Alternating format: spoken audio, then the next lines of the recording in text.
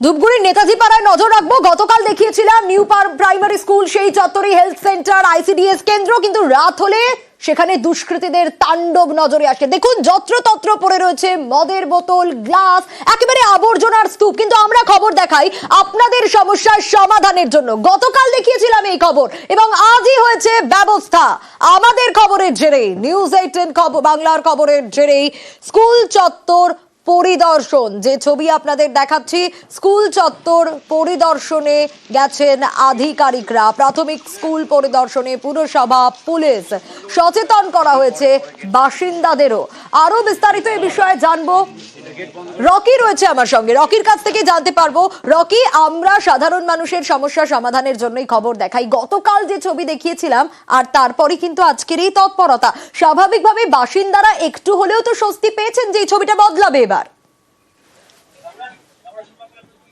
একদম সোনিয়া, তুমি যেমনটা বললে, আমরা খবর দেখানোর পরেই কিন্তু নড়িচড়ে বসেছে প্রশাসন। গতকাল আমরা দেখিয়েছিলাম ধূপগুড়ি পৌরসভার 14 নম্বর ওয়ার্ডে নেতাজি পাড়া নিউ প্রাইমারি স্কুল এবং তার সঙ্গে দুটি প্রতিষ্ঠান রয়েছে, যেরকম অঙ্গনারী সেন্টার এবং একটি সাব সেন্টার। সেখানে কিন্তু যত্রতত্র পড়ে রয়েছিল মদের বোতল এবং গ্লাস, অপ্রীতিকর জিনিসপত্র।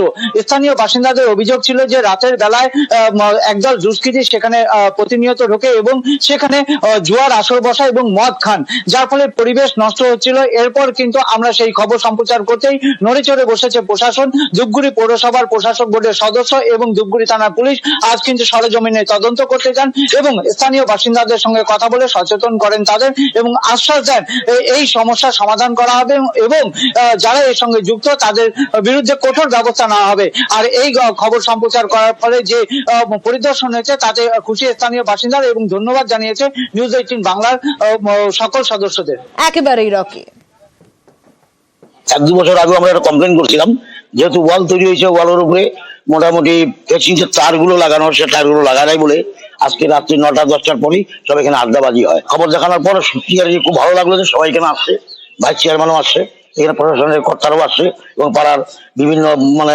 যারা নাকি স্কুলকে ভালোবাসে সত্যিকারই তারা সবাই আসছে।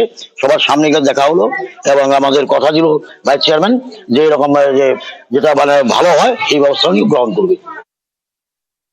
আপনারা দেখিয়েছেন, এটা আপনাদেরকে ধন্যবাদ এবং খুব কড়া পদক্ষেপ নেওয়া হবে।